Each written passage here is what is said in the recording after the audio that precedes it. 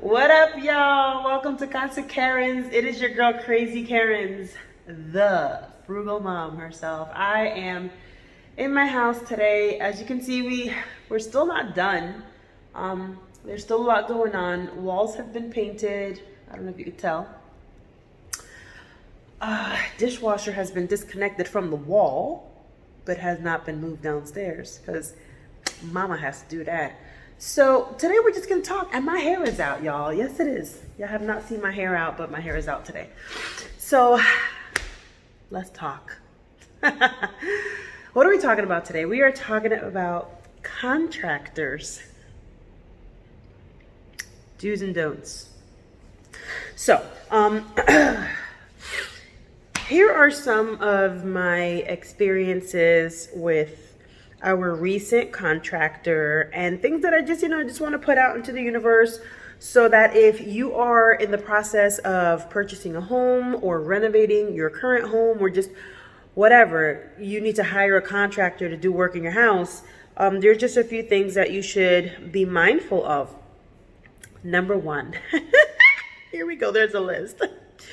Number one, we knew this very well, but because we were so pressed for time, we totally did not listen to our gut and did the opposite of what we knew what we should have done.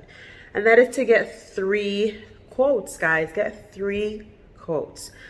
We were a little pressed for time because if you've been keeping up with Casa Kerins, you know that this whole house purchasing process was delayed by 14 days. And be like, it's only 2 weeks. 2 weeks is a lot of time, especially when you're like right at the end of summer, starting the school year, and just all the craziness that happens in the month of September. September's like a crazy month for me. So we were behind, and we were just like, let's just get the ball rolling so we can get into the house sooner. And we went with somebody that was doing work for someone that we knew very closely. So we kind of just trusted the contractor because we knew that they had just finished doing work for someone that we knew. So we were like, you know what, fine, we're just gonna go with this guy. And everything, I see a spider. I have a spider in my house, guys. Let's go kill it. Let's see. I don't know if you could see him. Let's see. Right there.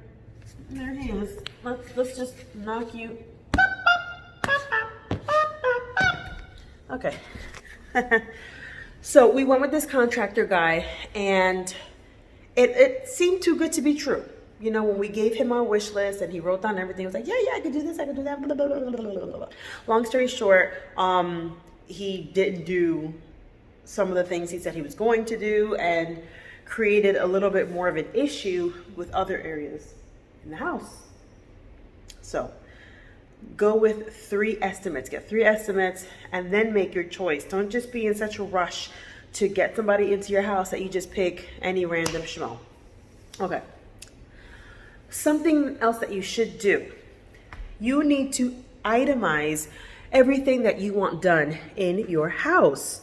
Don't trust that the contractor is going to do that for you. Okay, our contractor, he was a hot mess, straight up hot mess, like legit hot mess. Okay, and he kind of made my husband write out his own contract on like his letterhead, but my husband had to write it out.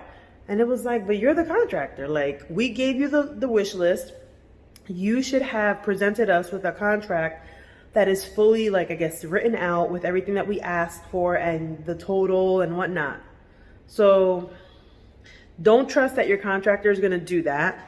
If I were you, like on a Word document or something, before you even meet with your contractors, make a list of all of the things that you want done.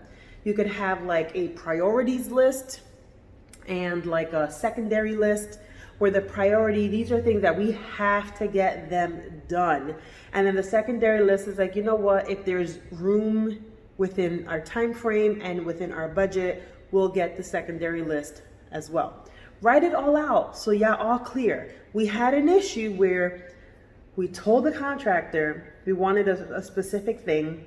It was written out in the contract, But then to our face, a week later, he's like, no, that's not in the contract. First of all, you didn't even write the contract. You didn't even write the contract. What you talking about? So there were a lot of issues like that where it was like he said, she said, and it was a mess. So if I were you, I would write out your list of what you want done in your house, give it to the contractor, and then have them either rewrite the list with the itemized cost or attach your list to the contract. Something else that I would recommend, guys, and we didn't do it, and I knew I should have trusted my gut. I should have trusted my gut on this one. If you have the ability to be at the location where the work is getting done, while it is getting done, then you should be there. Because we were not living here while the work was getting done, there were a few issues that occurred. And when we brought it up to the contractor, he was like, no, I didn't do that. No, I didn't. No, my guys, no. And I'm like, yes. Couple things. So I have a new light fixture there. There was a fan. If you've been watching Casa Kerins, you know that there was an ugly fan there. But it was still a good fan. It was ugly to me. I didn't like it, but it was still a good fan. And my mother wanted it. And we were going to take it down, clean it up, and give it to her. And one day, the fan was there and it was fine. The next day, the glass bowl for the light bulbs was completely gone. And the pull that turns on, I guess, the light had been snipped. It wasn't broken. Somebody on purpose cut it. So he was like, no, my guys didn't do that. Another issue that we had. They painted, and then the guys were putting their coffee cups on my windowsill. No, my guys didn't do that. I wasn't drinking coffee here. I wasn't even here. What you talking about? Okay? So that was frustrating. A few other things. Our air conditioner stopped working, and it was working perfectly fine when we bought the house. And when the contractor was here, they did something, and it stopped working. So we had to pay someone else to come out and fix something that was fixed when we purchased the house, but that the contractor broke.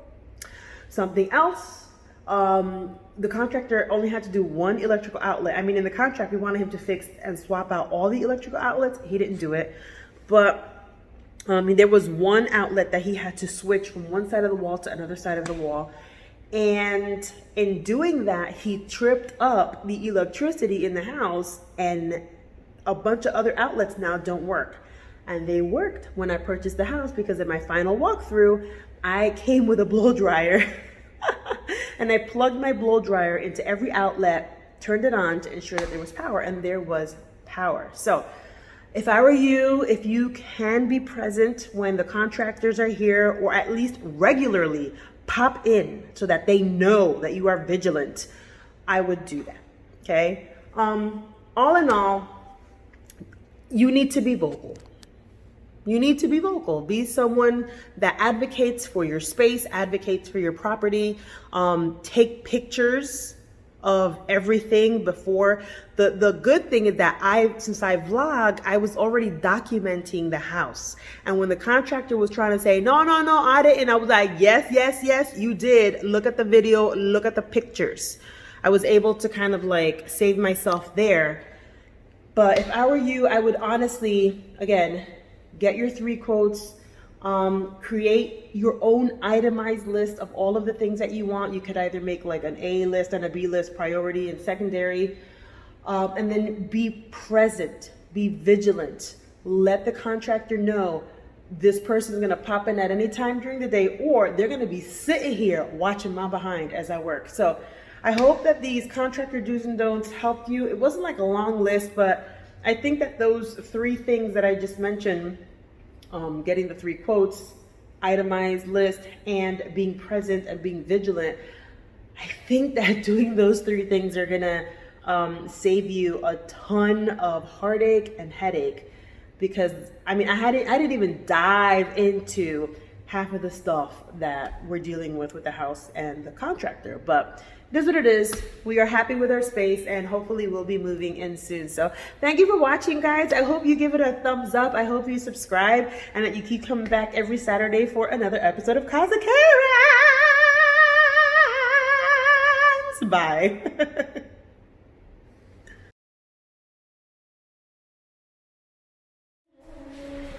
All right, so September 3rd. See if I can get it better.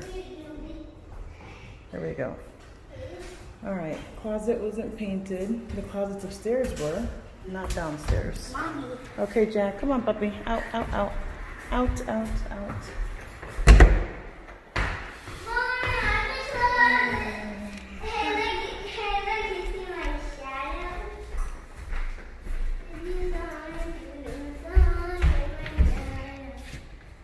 Trims are supposed to be white. I still see blue, and there's gray all over this trim. It should be white, but it's not even completed. Dad, can I go with you? Yeah. Mommy? This wall, you can still see it needs another coat. I can still see the blue. Okay, can I go downstairs? No, you can't. Why? The floor is wet. Needs another coat.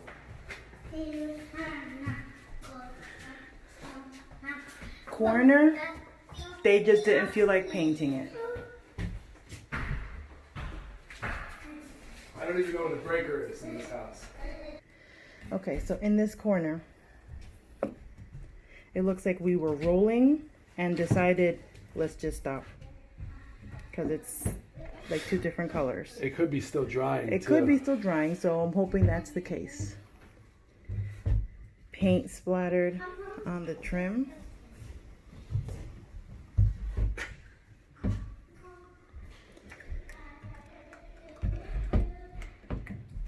It looks like it's two different colors.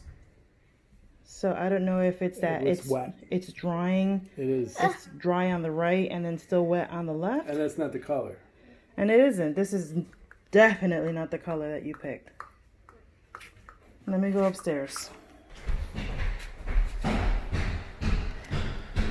Trim down there should be white, but it's still yellow. Why would they paint it? Why? This room is supposed to be gray, but you can obviously see they didn't finish painting that. You can see right there.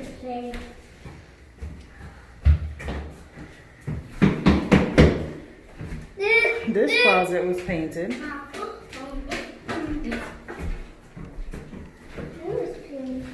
Those baseboards don't look like they were painted. They're mad dirty.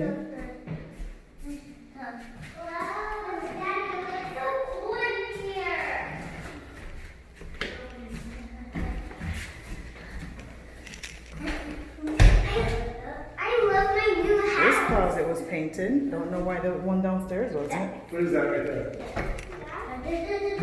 The rug that was on the floor.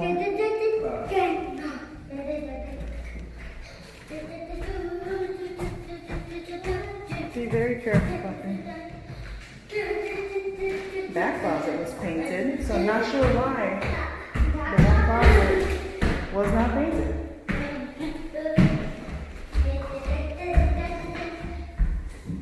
Again, sloppy work. Sloppy work.